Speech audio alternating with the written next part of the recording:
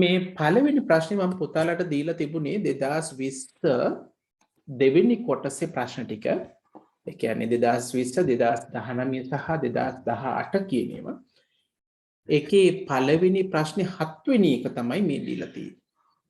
අපිට පහුගිය අවුරුදු 2-3 බැලුවොත් පොතේ පුතාලට පෙනෙයි පළවෙනි ප්‍රශ්නේ එක කොටසක් විදිහට මේ ඩේටාබේස් ප්‍රශ්න අහලා තියෙනවා. දැන් අවුරුදු 2-3 ඉඳන් මේක කරගෙන යනවා. බලමු මොන වගේ එකක්ද අහන්නේ කියලා. බොහොම සරල ප්‍රශ්නයක් අහන්නේ පුතාලා උත්තර දෙන්න. ප්‍රශ්නේ අහන්නේ වගුවක් දීලා තියෙනවා වගුවේ ක්ෂේත්‍ර සංඛ්‍යාව සහ රෙකෝඩ් සංඛ්‍යාව ලියන්න කියලා. වගුවේ ක්ෂේත්‍ර සංඛ්‍යාව සහ රෙකෝඩ් සංඛ්‍යාව.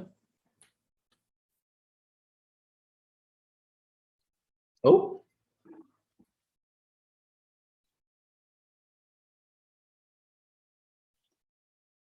ගාලා උත්තර ටයිප් කරලා එවන්න. අපි ක්ෂේත්‍ර කියලා කියනවා මේ තීරු වලට. තීරු වලට ක්ෂේත්‍ර කියලා කියනවා. ඒතර ක්ෂේත්‍ර මෙතන තියෙනවා supply ID, item ID, purchase date, quantity. එහෙනම් අපිට මේකෙදි කියන්න පුළුවන් මොකද කියන්න පුළුවන්? ඔව්.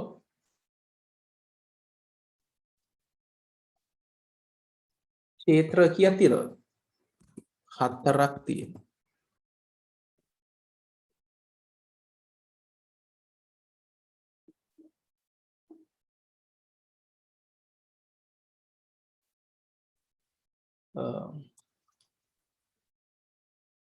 ඉංග්‍රීසි ටයිපින් පොඩි අවුලක් තියෙනවා වගේ. ඒක නිසා මම බලන්න අපිට කොහොමද යුනිකෝඩ් ටයිපින් බලන්නේ කියලා. ක්ෂේත්‍ර හතරයි. මම ෆීල්ඩ්ස් කියලා කියන්නේ ක්ෂේත්‍ර හතරයි. ඊළඟට රෙකෝඩ් පේලි. ඔව් පළවෙනි පේලි අපි ගන්නෙ නැහැ පුතේ. ඒක තමයි මාතෘකාවන් තියෙන්නේ. නේද? රෙකෝඩ්ස්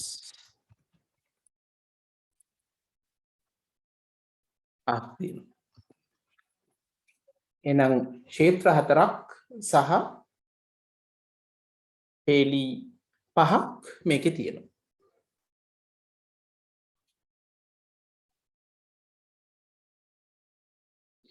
හොඳයි. දෙවෙනි ප්‍රශ්නය අහනවා purchase date සහ quantity සඳහා වඩාත් යෝග්‍ය වූ දත්ත ප්‍රරූප. අපි කතා කරා මේ databases වල මේ දත්ත ප්‍රරූපයේ වැදගත් කියලා. ඒක ලබන සතිය අපි දකිනවා. practical එක. අපි මේ purchase date එකයි quantity එකයි ගත්තාම දත්ත ප්‍රරූප මොනවද කියලා අහනවා. අපි කතා කරා පාට ගැන කතා කරා. සංඛ්‍යා ගැන කතා කරා. මොදල් ඒක කතා කරා. කරන්සි කියන එක කතා කරා. date and time කතා කරා. නේද? ඒ ටික ගත්තාම purchase date කිව්වහම මොකක්ද දෙන්න ඕන? ඔව්. purchase date කියන එකට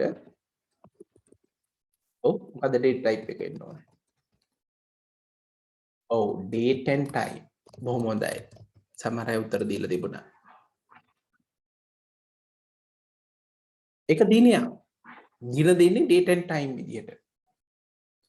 ඊළඟට තියෙන quantity. ඔව් මිලදී ගත ප්‍රමාණය මොකද්ද වෙන්න ඕනේ? ගණිතයෙන් කත්තිට පාවිච්චි කරන්න පුළුවන්ද මේ? ඔව් පුළුවන්. ඒක නිසා ඒක වඩා සුදුසු එක අපිට නම්බර් කියලා ගන්න පුළුවන්. සංඛ්‍යාව. එහෙනම් මතක තියාගන්න දත්ත ප්‍රරූප දෙක තමයි ඔව් දින වේලාව කියන එක සහ සංඛ්‍යා කියන එක තමයි අපි කතා කරොත් එන්න ඕනේ මේකට. හොඳයි. අපි ඊළඟ එකට යමු.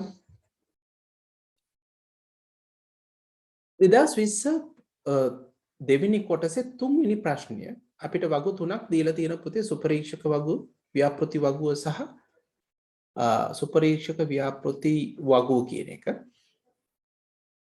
මේක අහනවා ආගන්තුක යතුරු සහ ප්‍රාථමික යතුරු ගැන. ඒක නිසා අපි චොට්ටක් විභාගෙට ඔක්කොටම අදාළ නැහැ. නමුත් මම නිකන් කතා කරොත් මට කියන්න මේ සුපරීක්ෂක වගුවේ ප්‍රාථමික යතුර මොකක්ද කියලා. ඔව්. primary key ප්‍රාථමික යතුර.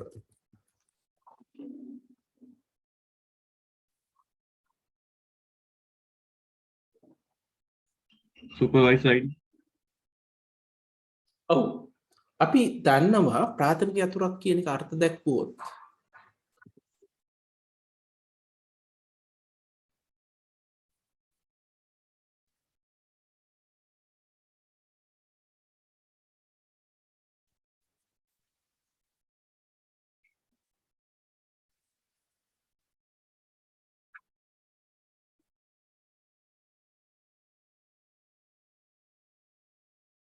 දුලංග කවුද සුදු?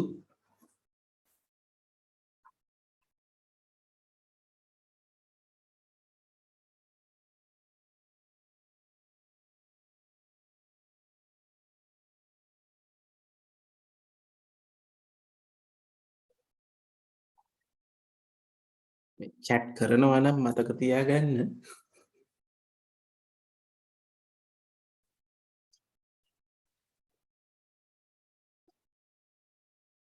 right. primary key එක ප්‍රාථමික යතුර තමයි. මේක අපි ප්‍රාථමික යතුරක් පාවිච්චි කරන්නේ වකුවක රෙකෝඩ් අනන්‍යව හඳුනා ගන්න. ඒතර පුතාලා දන්නවා අපිට මේ first name කියන නම කියන එක පාවිච්චි කරන්න බෑ. දෙපාර්තමේන්තුවේ නමත් බෑ පුතාට පිනත එකම නම තියෙනවා. ඒක නිසා මේකේ තියෙන එකම අනන්‍යව හඳුනා ගන්න පුළුවන් ක්ෂේත්‍රය තමයි මේ supervisor ID කියලා කියන්නේ. ඒක අපි එකට නේද? ප්‍රාථමික යතුරු විදියට ගන්න පුළුවන් supervisor ID. right? ඊළඟට අපි project වගුව ගත්තොත් ව්‍යාපෘති වගුව ගත්තොත් මොකක්ද primary key එක? ඔව්. දිනය වෙන්න බෑනේ නේ. project ID වෙන්න ඕනේ. ඊළඟට අපි ගත්තොත් supervisor project මේ වගුව ගත්තොත් ඔව් supervisor ID විතරක් ගන්න බෑ. පුතාලට පේනවා ඇති නැවත නැවත අගයයි යෙදලා තියෙනවා. project ID විතරක් ගන්නත් බෑ. නැවත නැවත යෙදලා තියෙනවා. ඒ නිසා මේකේ primary key එක වෙන්නේ හරි supervisor ID එකයි project ID එකයි දෙකම.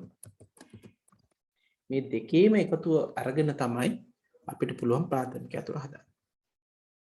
right. ඊළඟට මට කියන්න foreign key එක මොකක්ද?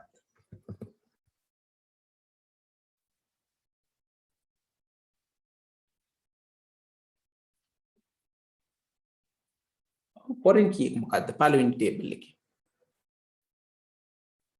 කවුරු හරි මට කියන්න මොකද්ද foreign key කියලා කියන්නේ? එහෙම නැත්නම් ආගන්තුක යතුර කියලා කියන්නේ මොකද්ද? වගු දෙකක් හෝ ඊට වැඩි ප්‍රමාණයක් අතර පොදු ක්ෂේත්‍රයක් වෙන්න ඕනේ. ඒ කියන්නේ අපි අදාළ ක්ෂේත්‍රය ගත්තොත් ඒක පොදු ක්ෂේත්‍රයක් වෙන්න ඕනේ. ඒක සම්බන්ධ වෙන්න ඕනේ අනෙක් වගුවේ ප්‍රාථමික යතුරත් එක්ක. ඔන්න ආගන්තුක යතුරේ අර්ථ දැක්වීම. එහෙනම් අපි දැන් බලමු මේ වගු අතර පොදු වගු මොනවද තියෙන්නේ කියලා. සුපර්වයිසර් වගු ගත්තාම සුපර්වයිසර් ID කියන එක පොදුයි. මොකක්ද එක්කද පොදු? සුපරීක්ෂක ව්‍යාපෘති වගුවත් එක්ක පොදුයි. ඒක පළවෙනි එක.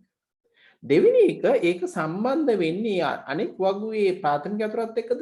අන්න නැහැ. මොකද ඒකේ කොටසක් එක්ක විතරයි එන්නේ. ඒ නිසා ඒකේ වෙන්නේ නැහැ. ඒ නිසා මේකේ ප්‍රාථමික යතුරු නැත.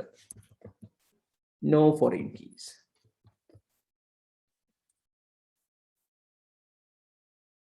right. පුතාලා මට කියන්නේ ව්‍යාපෘති වගුවේ මොනවද තියෙන foreign keys? ඔව් ඒකේ තර වගේම බලන්න.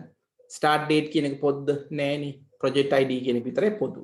ඒ project ID කියන එක සම්බන්ධ වෙන්නේ supervisor project වගුවේ project ID එකත් එක්ක. ඒතකොට ඒක ඒ අදාළ එකේ ප්‍රාථමික යතුරුද නැහැ. ඒ නිසා මේකෙත් right මේකෙත් no foreign keys.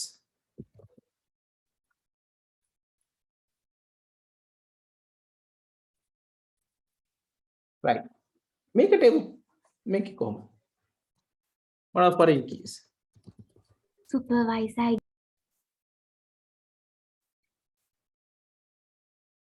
ඔව්. මේකේ foreign keys දෙකක් තියෙනවා. මොකක්ද දෙක? supervisor ID. අන්න supervisor ID. පොදුයිද? ඔව් පොදුයි. කොකත් එක්කද? supervisor වගුවත් එක්ක. හරි.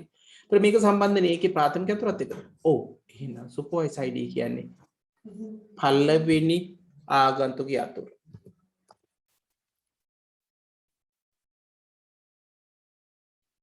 තව එකක් තියෙනවා. මොකද්ද තව එක? දෙවෙනි එක project ID, අන්න හරි. project ID. ඇයි project ID වෙන්නේ? project ID කියන එක සම්බන්ධ වෙන්නේ project කියන එකේ project ID එකත් එක්ක. එතකොට ඒක පළවෙනි එක හරි. දෙවෙනි එක project ID සම්බන්ධ වෙන්නේ ඒ වගේ ප්‍රාථමික අතුරත් එක්කද? ඔව්. ඒ නිසා මේකෙදි ආගන්තුක අතුරු දෙකයි මොනවද දෙක? supervisor ID සහ project ID. දැන් මං හිතන්නේ මෙච්චර ඔක්කොම බලන්න ඕනේ විභාගෙදී. නමුත් ප්‍රශ්න ලියන්න ලේසි. supervisor යන supervisor project වගේ ආගන්තුක අතරකි. හරිද වැරදිද? supervisor ID යන supervisor project වගේ ආගන්තුක අතරකි. hari, හරි. බන්ටු කියලා ලියන්න පුතේ මට ටයිප් කරන්න බැරි නිසා. සත්‍යයි. ඔයගොල්ලෝ ලියන්න සත්‍යයි කියන්නේ. ඊළඟට අහනවා දෙවෙනි එක project ID යනු supervisor project වගේ ප්‍රාථමික අතුර වේ. project ID කියලා කියන්නේ supervisor project එකේ ප්‍රාථමික අතුර. ඔව් මොකද කියන්නේ? සත්‍යද අසත්‍යද? පුතේ අසත්‍යයි. ඇයි? supervisor project කියන එකේ මොකද්ද ප්‍රාථමික අතුර වෙන්නේ? supervisor project කියන එකේ ප්‍රාථමික අතුර වෙන්නේ supervisor ID එකයි project ID දෙකම මේක සංයුක්ත අතුරක් පුතාලට මතක නැහැ.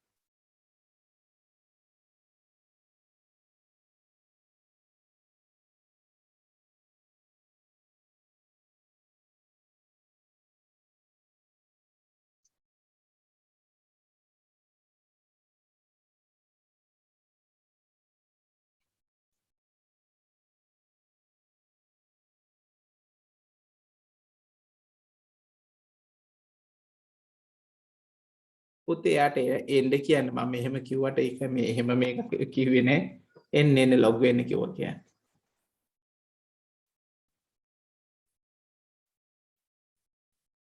අනිඩි තියන්නක පුතේ. right.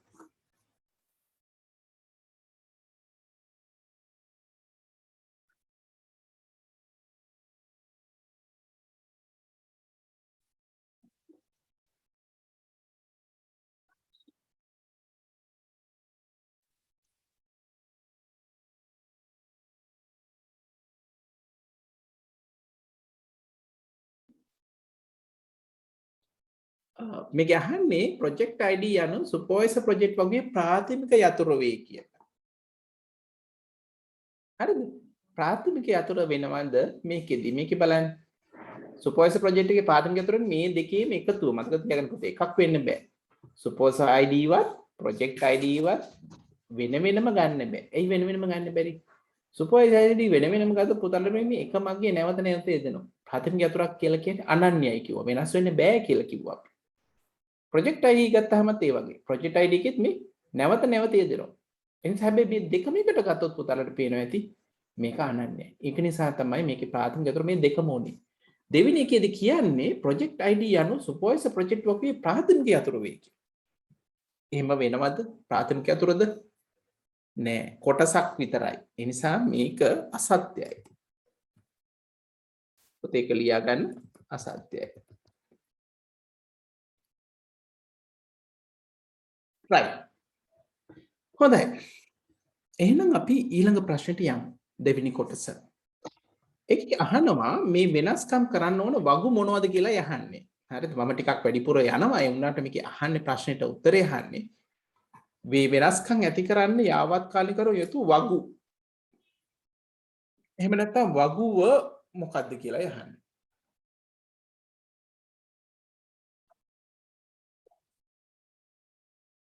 හොඳද පුතේ?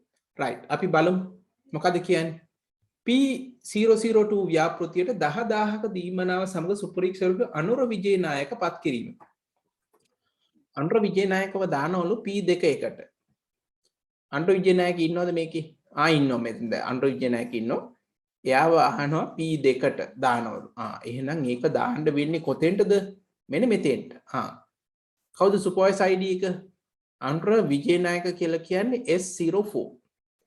ඒ කියන්නේ මෙතෙන්ට එන්න ඕනේ S04 කිය. ප්‍රොජෙක්ට් එක මොකද්ද? කීවෙනි ප්‍රොජෙක්ට් එකද කියන්නේ? P002. අනුර විජේනායකව අපි දානවා P002 වලට දීමනාව allowance එක කීයක් දෙනවා? මේකට දානවා. හරි? මේකට දානවා 10000ක් දෙනවා කියලා කියනවා. එහෙනම් 10000ක් කියන ওই විදිහට ඉන්න ඕනේ. මේක ලියන්න ඕනේ නැහැ. මට නිකන් පෙන්නන්න ඕනේ පුතාලට. කොහොමද එන්නේ කියන එක. ඒතර අපි වෙනස් වෙන්න ඕන වගුව තමයි සුපර්වයිසර් ප්‍රොජෙක්ට් වගුව. එහෙනම් අපි 2A කොටස උත්තරේ එන්න ඕනේ සුපර්වයිසර් ප්‍රොජෙක්ට් වගුව. අන්න මේ වගුව විතරයි වෙනස් වෙන්න ඕනේ. හොඳයි දෙවෙනි එකට මට උත්තරේ වන්න පුතාලට ටක් ගාලා ඒ වගේ බලන්න දෙවෙනි එක ගන්න. ප්‍රදීප් දිසානායක කියලා කෙනෙක්ව ගන්න යනවා මේ සැරේ.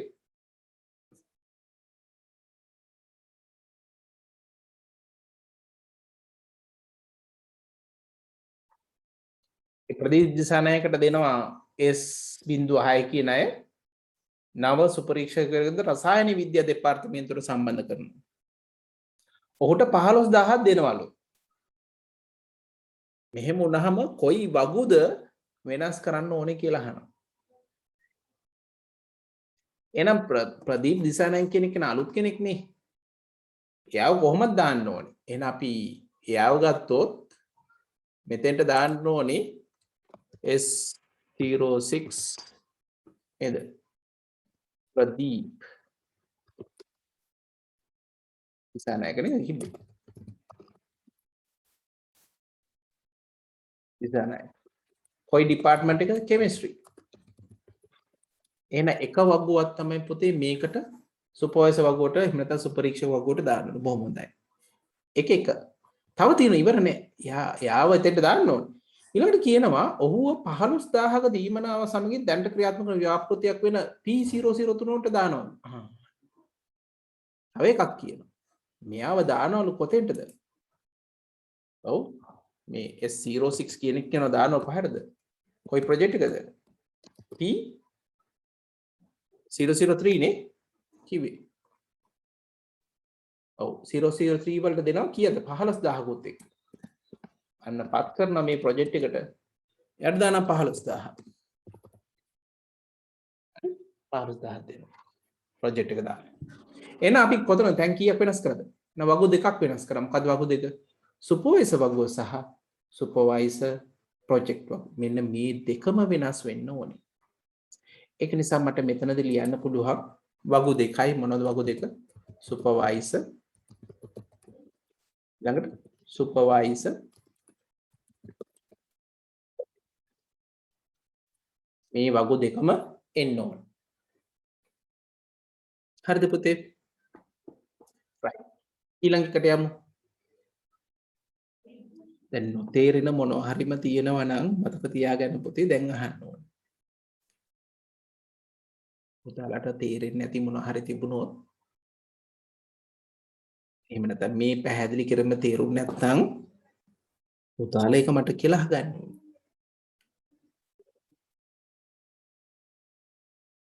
ඔව්. එහෙනම් B කොටසට පුතේ වගු දෙකම ඕනේ වෙනවා. මොනවද වගු දෙක? සුපර්වයිසර් සුපරීක්ෂක වගුව ඕනේ. එයාගේ නම දාන්න. එයා කොයි එකේද වැඩ කරන්නේ තා දීමනාව තොරතුරු දාන්න අපිට සුපර්වයිසර් ප්‍රොජෙක්ට් කියන වගුව ඕනේ. ඒ නිසා උත්තරේ වගු දෙකක් තියෙනවා. සුපර්වයිසර් වගුව සහ සුපර්වයිසර් ප්‍රොජෙක්ට්. මේ වගු දෙකම අපිට අවශ්‍ය වෙනවා මේ වැඩේ කරන්න. පැහැදිලිද පුතේ?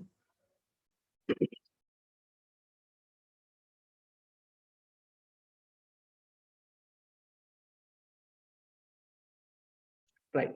තේරුම් නැති අය අත උස්සන්න පුතේ. මේ කියපු ටික තේරුන්නේ නැහැ. ලැජ්ජ වෙන්න දෙයක් නැහැ. පුතාලට මම පැහැදිලි කරපු දේ තේරුන්නේ නැහැ. අත උස්සන්න. හරි. තේරුණා අත උස්සන්න. ඒ කියපු එක තේරුණා. හොඳටම තේරුණා. අත උස්සන්න. ඔන්න මදුෂි ඉන්නවා, චමෝද් ඉන්නවා. ඔව්. හොඳයි. මාවින්දට තේරලා නැහැ. තරුෂිට තේරලත් නැහැ.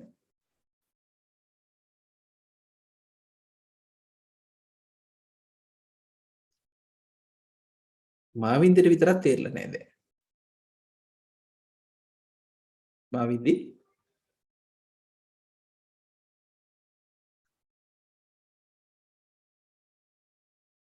නේ හරි. දැන් හරි. හැමෝටම තේරලා තියෙනවා. බොහොම හොඳයි පුතේ එහෙනම්. තුන්වෙනි එක තනියම කරන්න එහෙනම් බලන්න. තුන්වෙනි එක බලන්න. ඒකේ නම් අගයන් දෙන්න ඕන. තුන්වෙනි එකේ කියනවා මොහොමඩ් නස්ව රාජ් සෙල්වම් සුපරීක්ෂකරුවන් දෙස යොදා ගනිමින් විශ්වවිද්‍යාලය දින නව ව්‍යාපෘතියක් ආරම්භ කරන ලදී. එක් සුපරීක්ෂාවරයාට 11,000ක බැතින් වූ දීමනාව වෙන් කරන ලදී. ඉහත වෙනස් කිරීම සිදු කිරීම සඳහා අදාළ වගුවලට එක්කල යුතු නව රෙකෝඩ ලියා දක්වන්න.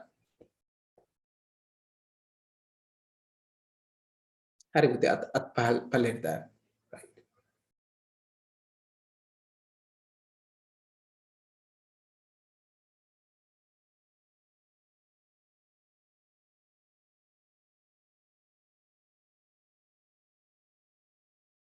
ඔව් උත්තර දෙක දාන්න පොතේ.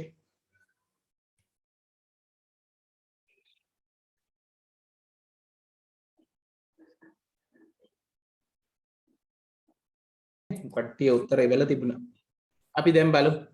මොහොමඩ් නස්ර් රාජ් සෙල්වම් නව ව්‍යාපෘතියක් ආරම්භ කරන්න. හරි? එතකොට නව ව්‍යාපෘතිය ඉස්සලා දාමුකෝ. නව ව්‍යාපෘතිය මොකක්ද දෙන්නේ?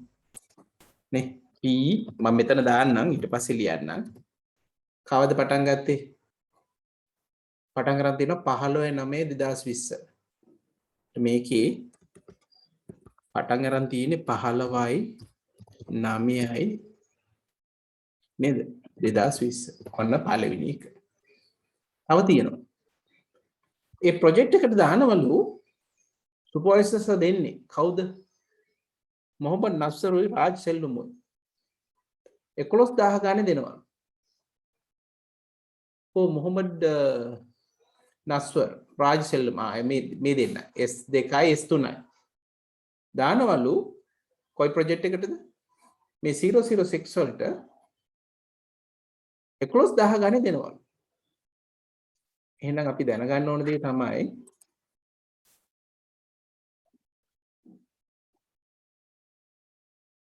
මේක පොඩ්ඩක් පැත්ත කරගන්න බලන්න.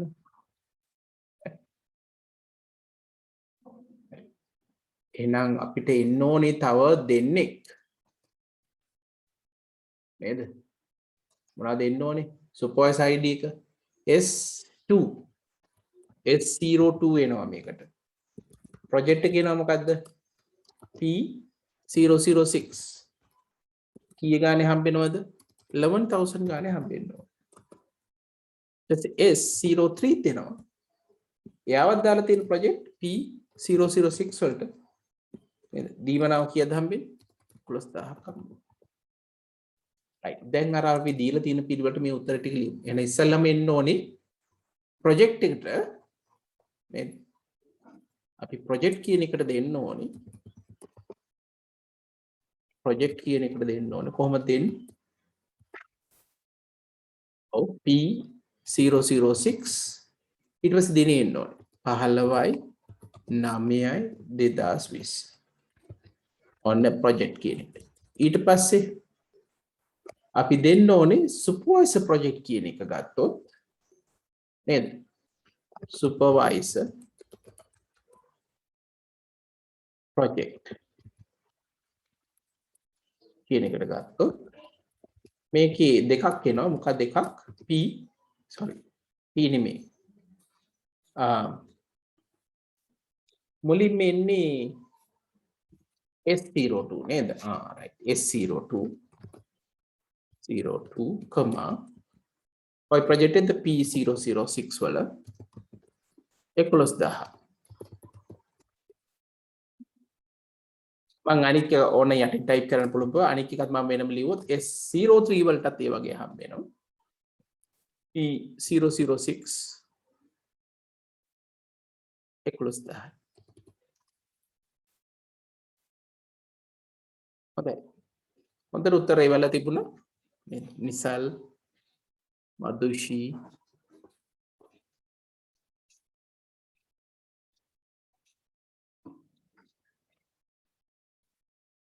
උත්තරේ වල තිබ්බ හරියට. හොඳයි පුතේ.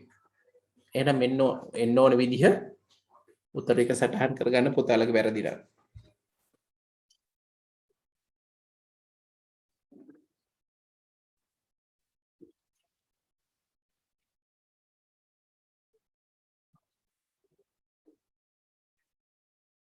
right. ඊළඟ ප්‍රශ්නට යමුද එහෙනම් අපි?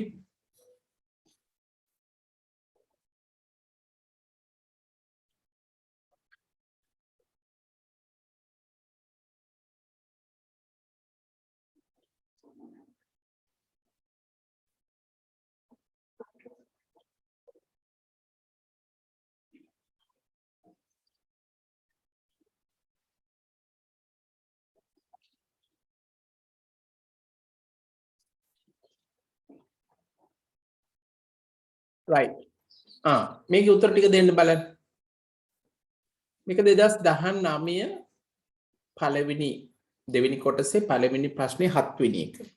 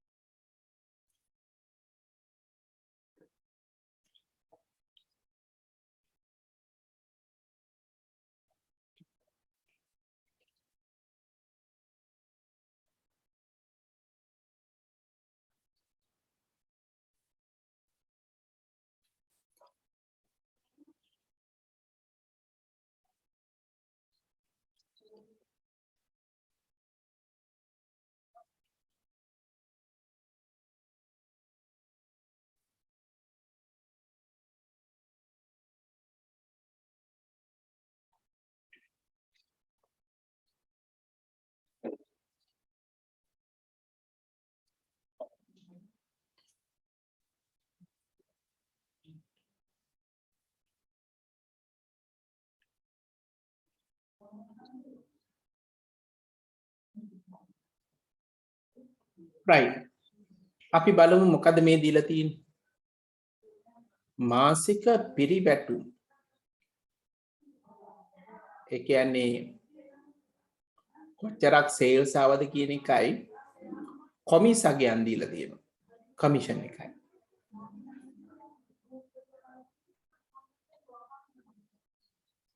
හරිද? ඉතින් මේකේ අහනවා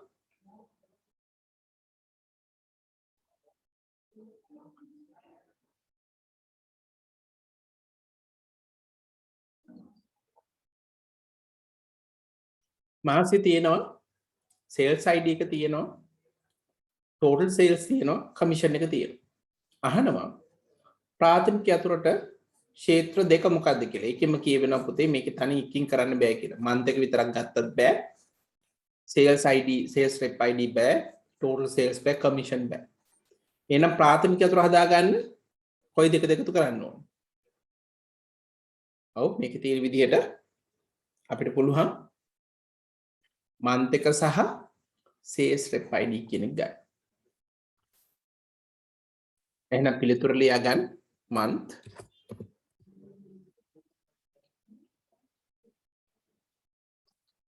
ඒකත් එක්ක එකතු වෙන්න ඕනේ.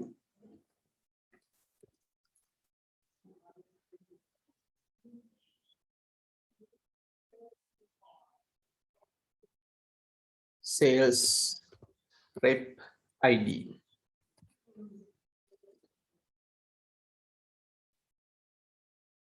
ඕක තමයි එන්න ඕනේ. ඊළඟට අහනවා දෙක කොටස ලේසි එකක්.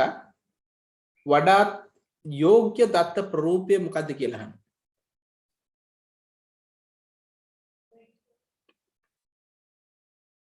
month එක විතරක් අපිට ගන්න බෑ සාමාන්‍යයෙන් date and time වලින්. ගොඩක් කෙනෙකුට හිතන්න පුළුවන් මේක date and time කියලා. හැබැයි month එක කියන එක නම විතරක් නම් ගන්නෙ. මේකට වඩාම සුදුසු ක්ෂේත්‍රය තමයි text කියලා කියන්නේ.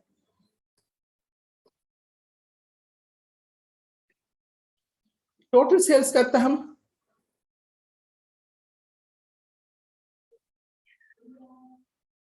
මේක මුදල් මේ වටිනාකමක් නිසා අපි එතනදී කතා කරා නිර්වද්‍යතාවේ වඩා වැදගත්. ඒක නිසා තමයි අපි මේ විශේෂ විදිහට අපි පාවිච්චි කරන currency කියන format එක.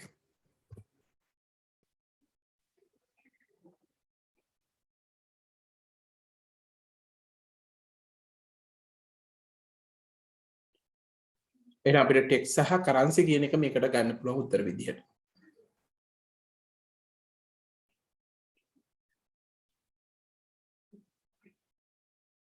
right. 2019 part 2 question 3 වලට යමු. ක්‍රීඩා කණ්ඩායම් කළමනාකරණ පද්ධතියට අදාළ වගු ටික තමයි තියෙන්නේ. ප්‍රශ්න වල අහනවා ප්‍රාථමික යතුරු සහ ක්‍රීඩකයා වගුව තුළ පැවති ප්‍රාථමික යතුරු ලියා දක්වන්න කියලා කියනවා. right.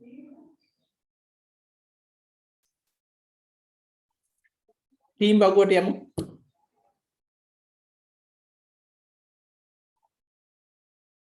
මොකද ප්‍රාථමික යතුරු ගන්න වෙන්නේ?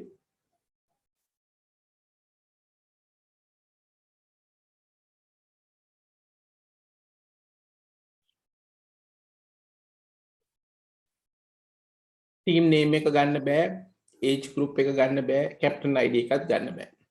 මේ දීලා තියෙනවා ගෑන් එක බැලුවහම ඒ තුනම ගන්න බැරි වෙනවා.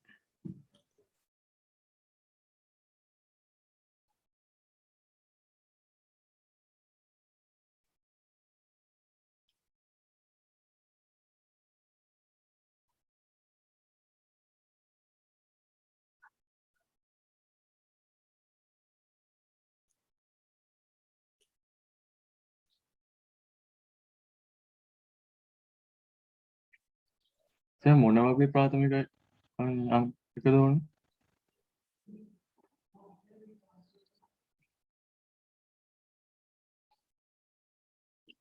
ප්‍රශ්නේ අහන්නේ ටීම් වගුවේ ප්‍රාථමික යතුරු මොකක්ද කියලා. ඒ කියන්නේ මේ ටීම් වගුව ගත්තොත් මේකේ ප්‍රාථමික යතුරු මොකක්ද කියලා අහන්නේ. ප්‍රාථමික යතුරු කියලා කිව්වේ මොකද්ද? වගු අනන්‍යව හඳුනා ගන්නට භාවිතා කරන්න පුළුවන් ක්ෂේත්‍රය. එහෙම නැත්නම් ක්ෂේත්‍ර කීපය. අනන්‍ය. එකිනෙකට වෙනස් අගයන් තියෙනවා. පුතාලා බැලුවොත් එහෙම ටීම් ID තමයි එන්නේ. ඒ ටීම් ID එන්නේ. ඒ අගය යුනික්. එකිනෙකට වෙනස්.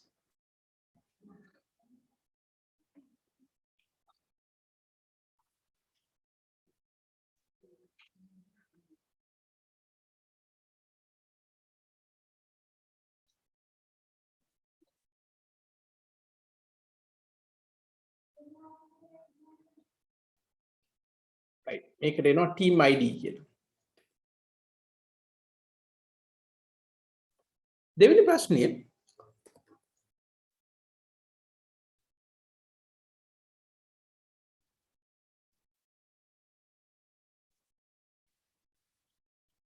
ප්ලේයර් වගුව තුල පැවතිය හැකි ප්‍රාථමික යතුරු එකක් නෙමෙයි ගොඩක් තියෙන පුළුවන් වගේ ලියලා තියෙනවා.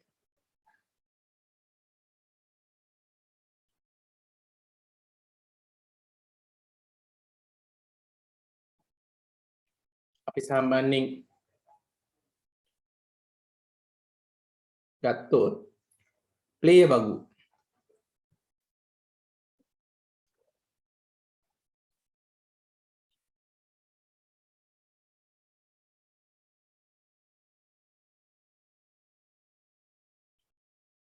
අම්මා ප්ලේයර් වගුවේ ප්‍රයිමරි කී වෙන්න පුළුවන් ක්ෂේත්‍ර දෙකක් තියෙනවා කියලා.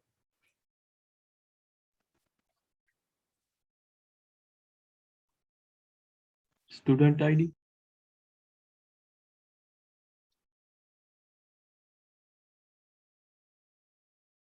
ඔව් ස්ටුඩන්ට් ID තියෙන තව එකක් තියෙනවා.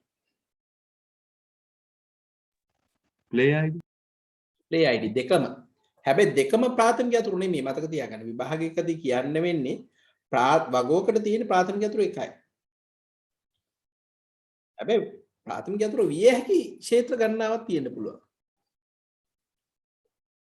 දැන් මේ වගෝ ගත්තොත් play id කියන කාරණේ එකම වගේ නැවත නැවත තේදිලා නැහැ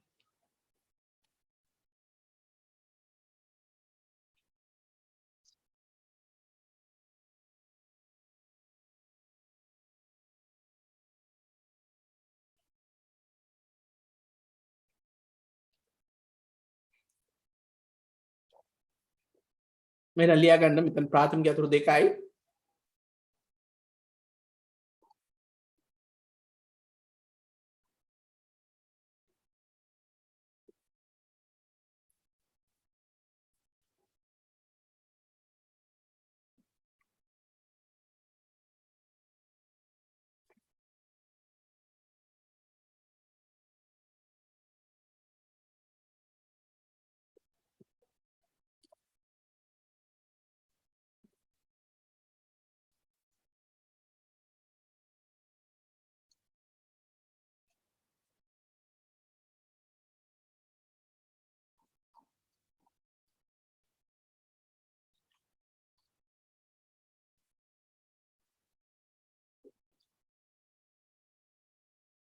එහෙම නැත්නම් ප්‍රාථමික අතුරු විය හැකි අගයන් තියෙනවා ගණනාවක් හැබැයි තනි එක තමයි ප්‍රාථමික අතුරට පාවිච්චි කරන්නේ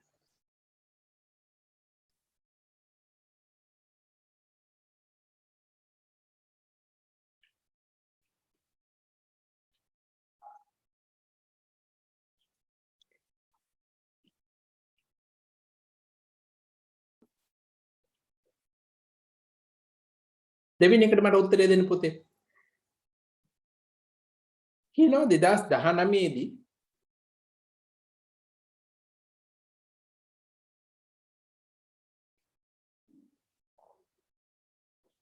පියල් ඇල්විස් කියලා කෙනෙක් පාසලට ඇතුල් වෙනවා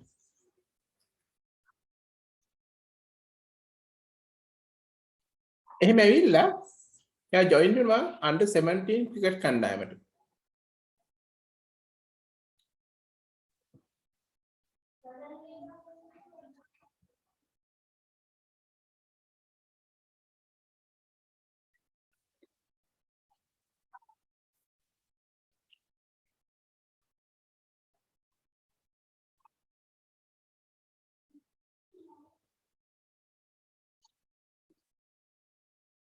අපිට අලුත් ළමයෙක් කියලා කියනවා මේකේ මේ අගේ දීලා තියෙන පියල්ගේ play id එක 1120 කියලා මායකෙන් පටන් ගන්න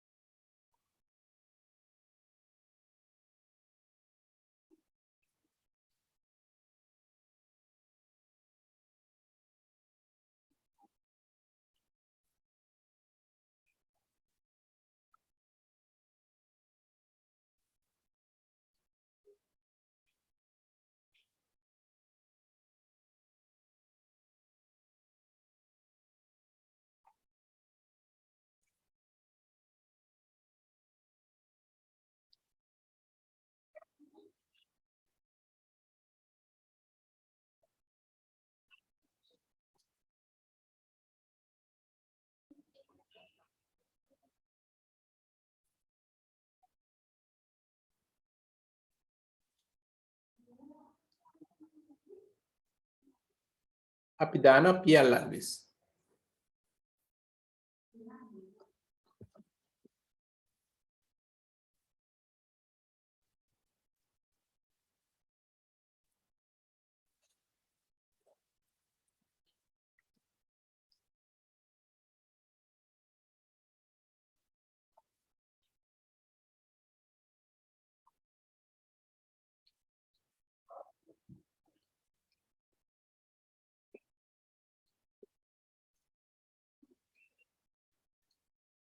මෙයාට ස්ටුඩන්ට් නම්බර් එකකුත් තියෙනවා